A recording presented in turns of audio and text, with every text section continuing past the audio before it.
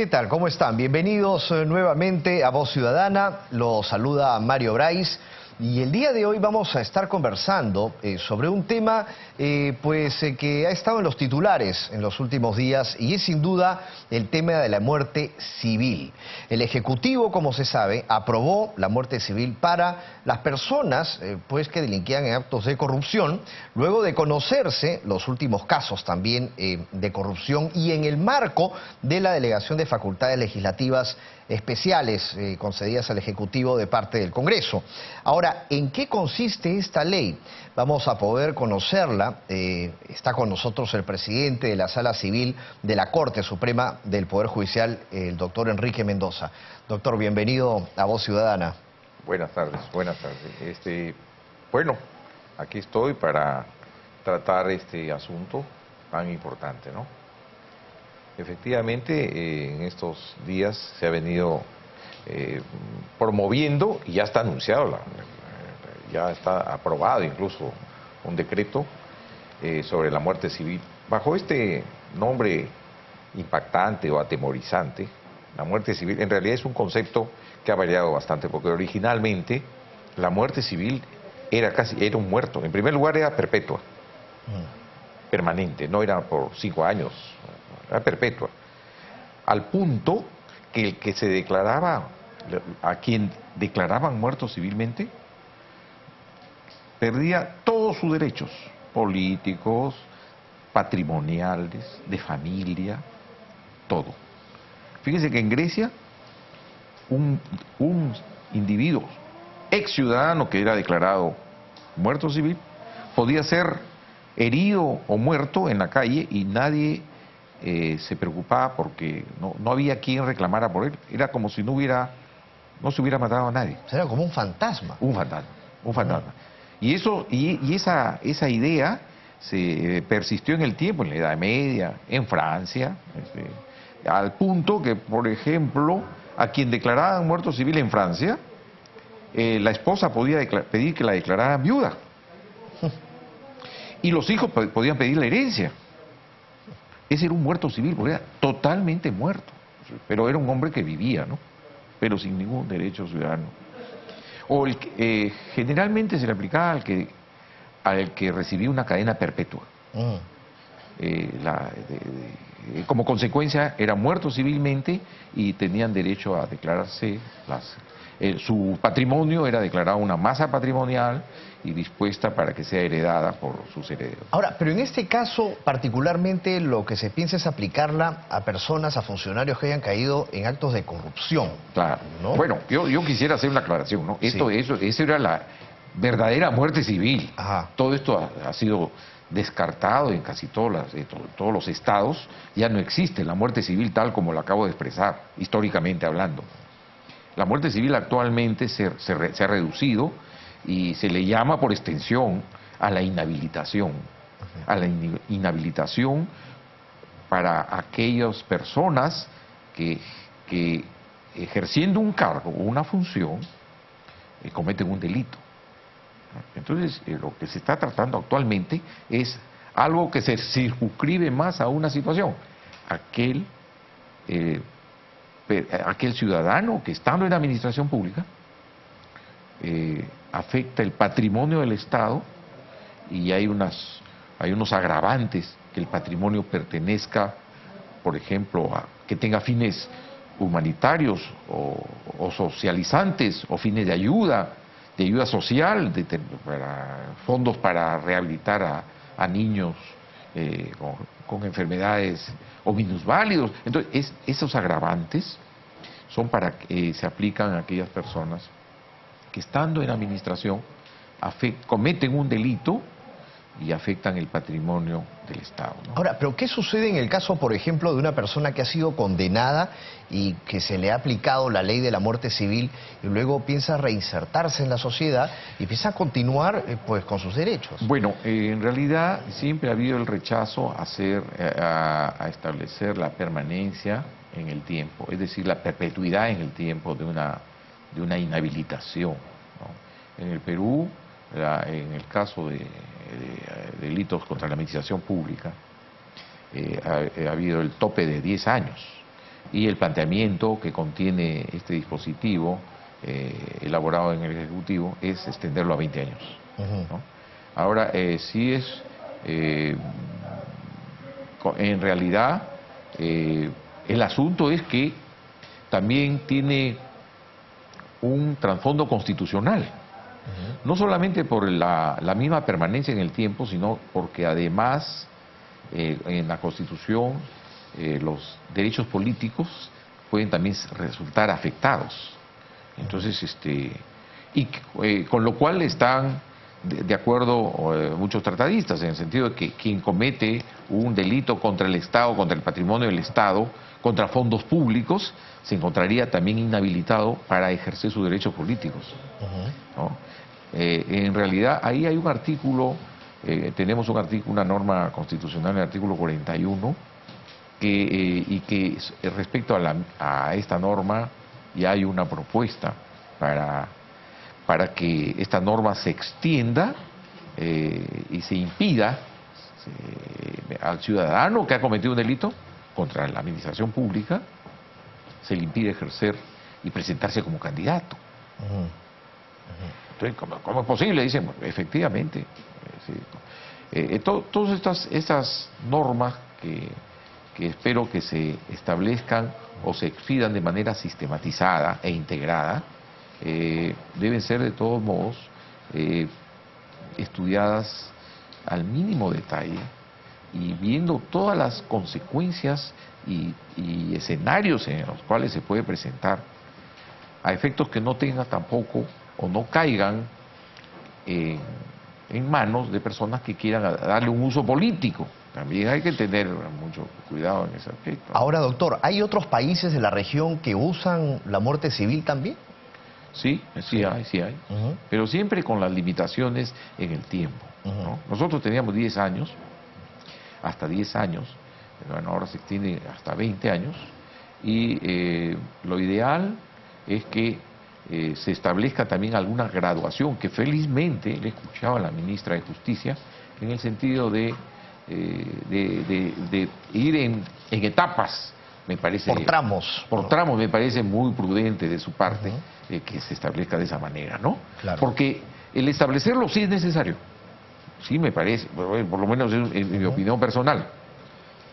Pero si se hace de manera gradual y en etapas como lo ha anunciado la ministra, me parece lo más apropiado, ¿no? Ahora, ¿qué sucede, por ejemplo, con aquellos condenados políticos que se deben a la voluntad popular? O sea, que fueron en su momento elegidos por el pueblo y que hasta el momento pues son recordados y si por ahí de repente se lanzan a la política nuevamente, volverían a salir reelegidos. O sea, ¿qué sucedería con ellos? ¿Se les podría impedir postular? Bueno, en primer lugar, no nos olvidemos que las leyes no son retroactivas en el Perú. O sea, estamos hablando de establecer unas reglas de conducta a futuro, a partir de ahora, ¿no? De modo que hay muchas personas que en este momento están cuestionadas, sin embargo, no se aplicaría a ellas. Incluso las que en este momento se habla en los periódicos y están en el habla público. El público está tratando asuntos varios que han aparecido en los últimos días. Sin embargo, eso no se aplicaría a esas personas, porque todo esto sería a partir de, ¿no? Bien, vamos a hacer una pausa a esta hora, una primera pausa en Voz Ciudadana, y estamos retornando con mucho más sobre este tema tan importante que es sobre la aprobación del Ejecutivo de la muerte civil para los corruptos. Luego de la pausa.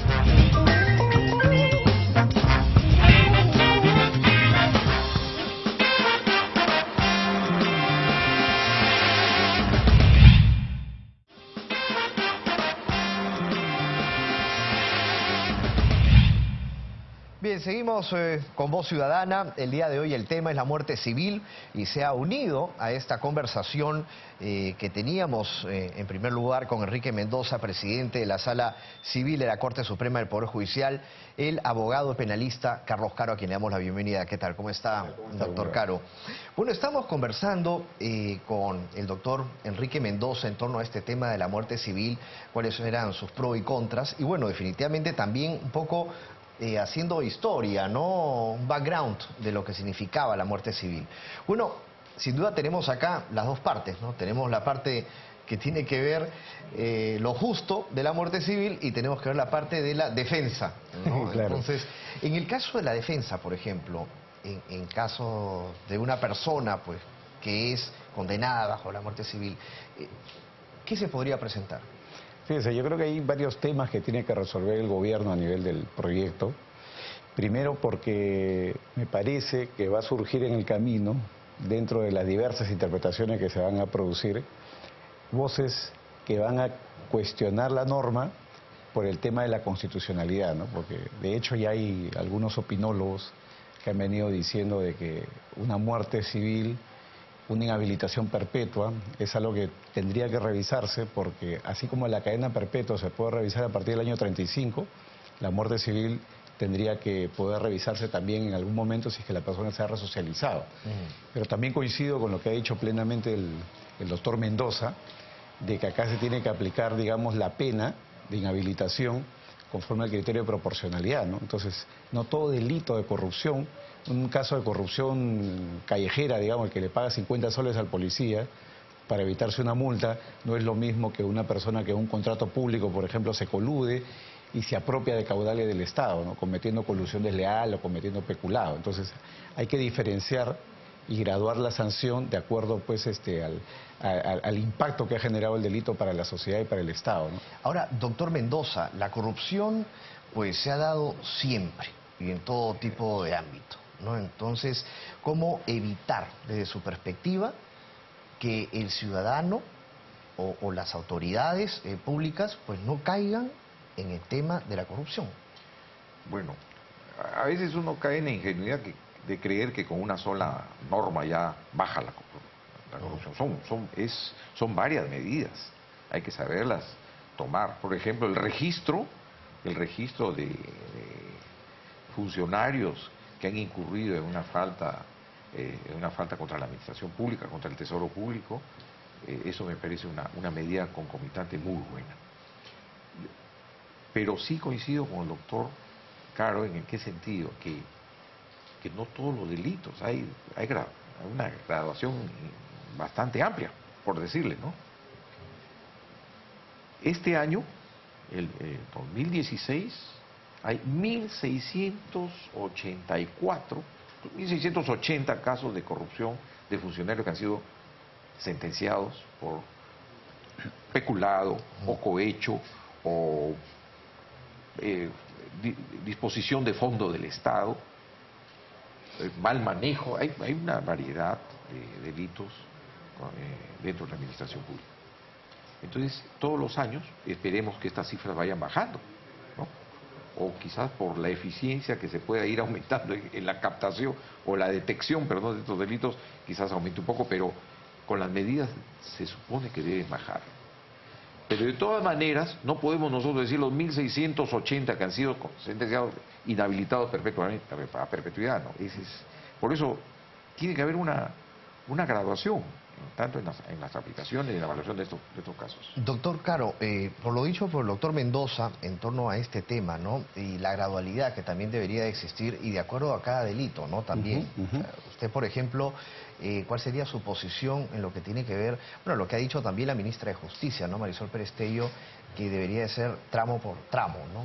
Así es. Hoy por hoy el Código Penal prevé el sistema de los tercios.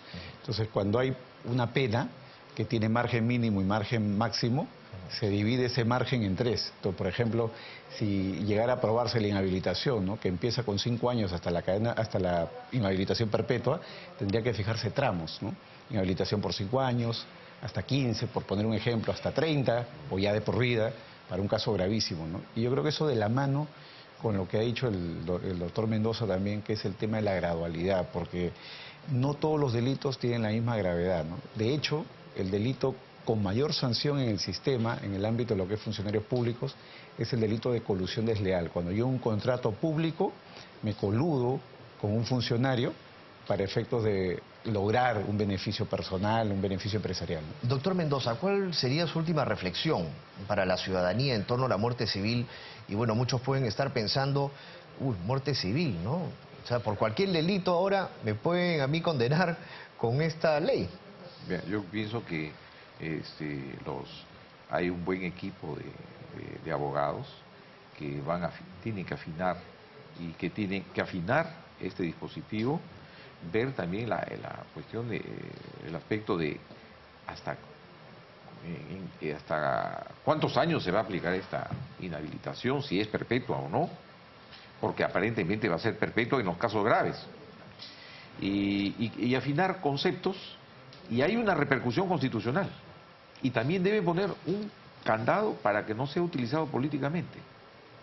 Eso se lo digo por la experiencia que yo he tenido en el Jurado Nacional de Elecciones, que conforme se acercan las elecciones, los políticos o el ciudadano que se encuentra en la política comienza a recibir denuncias por cualquier cosa, y todos los días. Entonces llega al Jurado Nacional al momento de la inscripción con 30, 40 procesos judiciales penales. La mitad inventado, la otra mitad pueden ser ciertos, quizás, ¿no? Pero no sabemos, pero sí hay una exageración y un mal uso, un uso indebido de las acciones judiciales penales. Hay que caminar derecho. ¿No, por doctor de Caro? alguna manera, claro. Claro. ¿Cuántos casos aproximadamente índices se han producido en los últimos tiempos de casos de este tipo de delito? Fíjese, o sea, los casos más graves, como se sabe, lo sabe la ciudadanía, son los que se procesan a nivel de los juzgados y fiscalías anticorrupción, ¿no? Y eso ya ha generado acá en el país una jurisprudencia bastante larga de los últimos 15 años, con una serie de parámetros, supuestos, casuística, de manera que yo creo que los jueces y los fiscales están bien entrenados en lo que es conocer un caso, detectarlo, procesarlo rápido y sancionarlo, más aún ahora que está en vigencia el nuevo código, ¿no? Lo que se tiene que afinar, Mario, son los mecanismos de denuncia. Por eso que yo coincido plenamente con lo que ha hecho Eduardo Vega, que es el defensor del pueblo que está presidiendo la Comisión del Gobierno para las recomendaciones, de que el gran punto de entrada son los que en los Estados Unidos se denominan los whistleblowers, es decir, los denunciantes, ¿no? ¿Qué canales de denuncias hay? Hay muchas denuncias que pueden no tener fundamento, pero como la corrupción es oculta, como la gente teme por la represalia, es que es necesario afinar estos canales para que la Fiscalía tome nota de cuáles son los casos que se pueden estar produciendo y poder tomar acción inmediata en el momento en el que esto se produce, ¿no? Y no esperar pues a que pasen años y se conozca el tema ya cuando está a punto de prescribir, por ejemplo. Claro. Y una última pregunta, doctor Mendoza. ¿El sistema judicial en el Perú está avanzando en cuanto a tecnología para poder procesar de manera correcta y rápida y eficiente? Sí, con respecto a su pregunta y con lo dicho por el doctor Caro, yo quisiera complementarlo con algo, ¿no? La parte probatoria es muy importante. Sin embargo, no nos olvidemos que estamos con la implementación en Lima, está en proceso, pero en provincias ya funciona la implementación de un nuevo modelo penal. Entonces, en este modelo, el juez en realidad resuelve, él no investiga, no hace otra cosa que evaluar la gravedad. No le compete recoger pruebas. Para eso está el Ministerio Público y para eso está el defensor del acusado, en este caso, ¿no? Entonces, la tecnología debe apreciarse si es que está funcionando en los mecanismos de acusación, Ministerio Público, en el recojo del caudal probatorio que se va a presentar ante este juez, porque los jueces están preparados. La informatización está bastante implementada, el nuevo modelo procesal penal tiene un respaldo tecnológico bastante bueno, es caro, pero hay un avance evidente, ¿no? Así que sí, la judicatura está preparada. Doctor Caro, queríamos también conocer su posición y ya también para finalizar el bloque de Voz Ciudadana, sin duda, su posición en torno al tema de la rapidez, ¿no?, que existe. ¿Cómo ven ustedes también el sector defensa si es que el Poder Judicial pues actúa de manera rápida para poder resolver los casos? Pero antes vamos a hacer una pausa. Agradecemos la visita de Enrique Mendoza, presidente de la Sala Civil de la Corte Suprema del Poder Judicial. Nos vamos a quedar con usted, doctor Caro, para seguir conversando sobre el tema. Volvemos.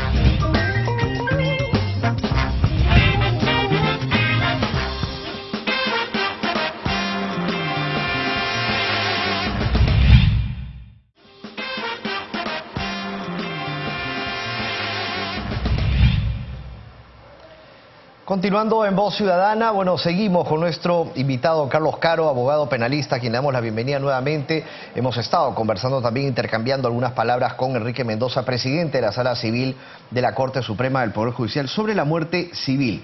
Y es que vamos a reiterarles pues que el Ejecutivo aprobó la muerte civil para personas que hayan cometido los delitos de corrupción, y luego de conocerse también los últimos casos de corrupción y en el marco de la delegación también de facultades legislativas al Ejecutivo de parte del Congreso de la República.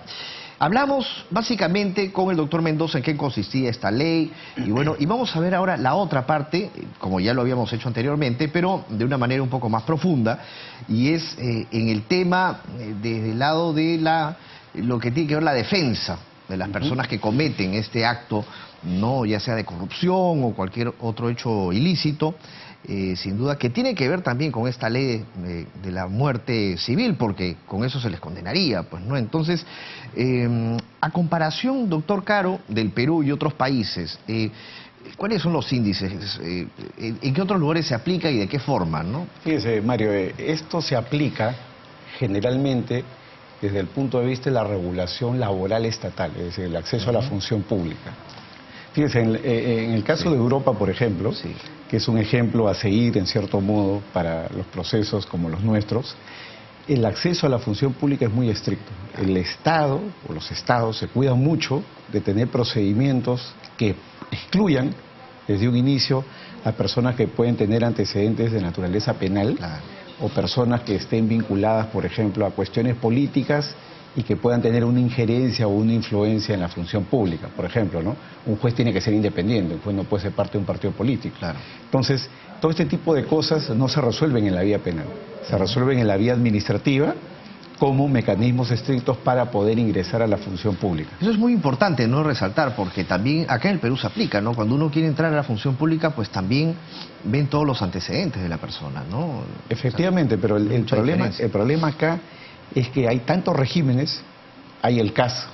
Recordemos que hace menos de 24 horas en las redes se estaba cuestionando un CAS de uno de los ministerios, nos estaba convocando a un puesto por 9.000 soles con secundaria completa.